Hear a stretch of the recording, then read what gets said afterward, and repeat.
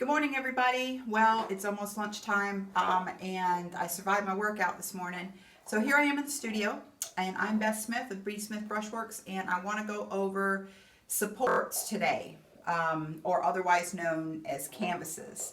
Now, there's many different kinds of supports. There's wood panel, there's canvas panel, and then there's stretch canvas. So what I want to talk about today is the different types of stretch canvases, what kind I use, and why I use them. All right, so first of all, I'm going to start out by talking about the different type of actual canvas itself. I've got two different canvases here on the easels. I've got one here, which is stretch Belgian linen. And then this one over here is a stretch cotton duck.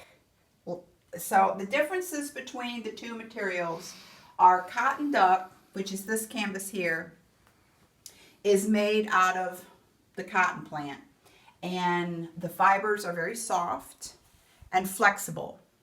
And you can see with the color of the back of the canvas, it's very light in color. So that's a distinctive feature if you're not sure of whether it's cotton or Belgian linen. This canvas over here is the Belgian linen, and as you can tell from the two is that this is a lot darker than the cotton duck. Now Belgian linen is made out of the flax plant, and flax plant fibers, when made into the actual linen material, is very strong, woven very tightly. And this has more strength overall than the cotton duck does. So I prefer to use the Belgian linen because of its extra strength. Now it's more expensive, but in the long run it's going to have the most durability, especially if you tend to really get on there and rub and a little abusive to the canvas, but in a good way. It's a little bit stronger. So let's talk about the actual stretcher bars, and I want to talk about this company that I use in particular. Now, this is a 33 by 33 canvas, and as you can see, it has a cross support.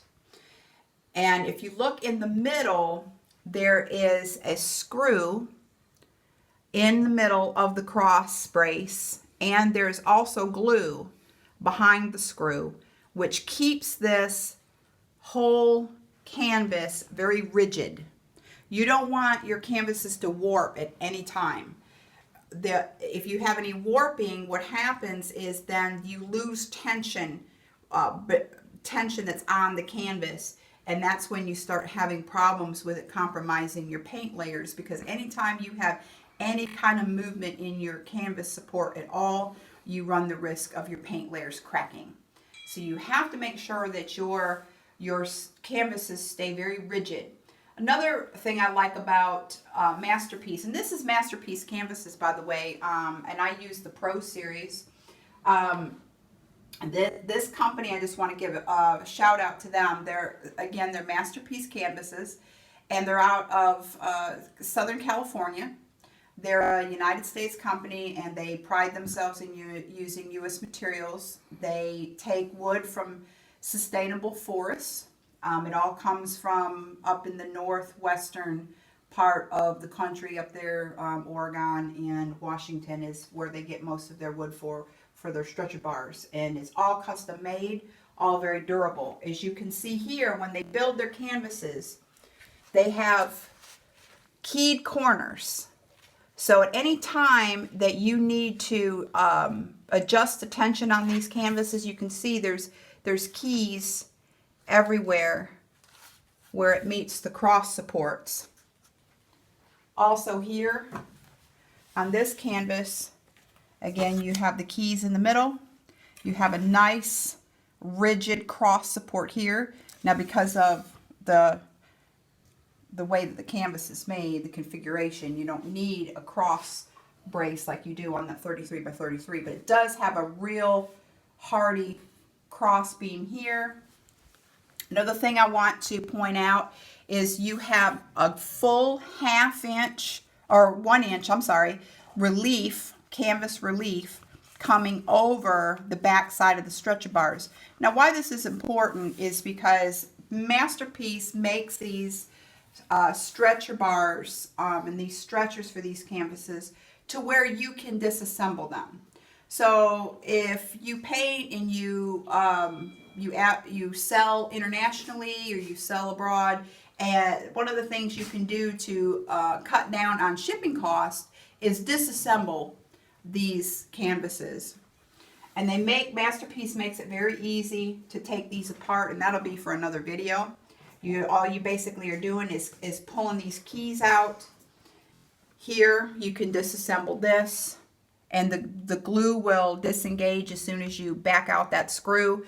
All of these can come apart. The staples are made to come apart, come loose easily, and then you can roll the canvas, tube it, ship the stretcher bars along with the tube, and then the purchaser can take the whole package to a framer and it can be all assembled back, and you have this generous relief, canvas relief.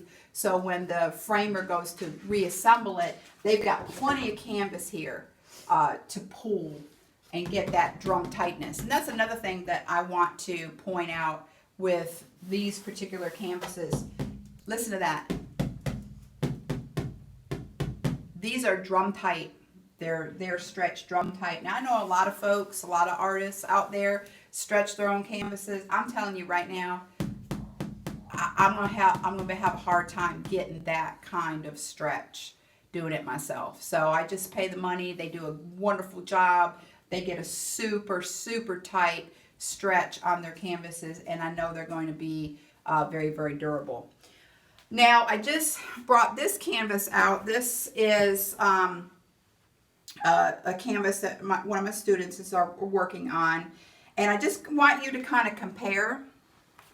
Now, this is just Hobby Lobby Michaels canvas. It's cotton duck. It does have the cross brace. It's a 24 by 30, but as you can see, there's no keys. There's no adjustable keys. They do have it up off the canvas a little bit, and you do have a little bit of, you've got some space in between the crossbar and the canvas. Look at that movement. This is not stretched near as tight. This canvas is not moving. When I tap on this one, look at the jiggle in it.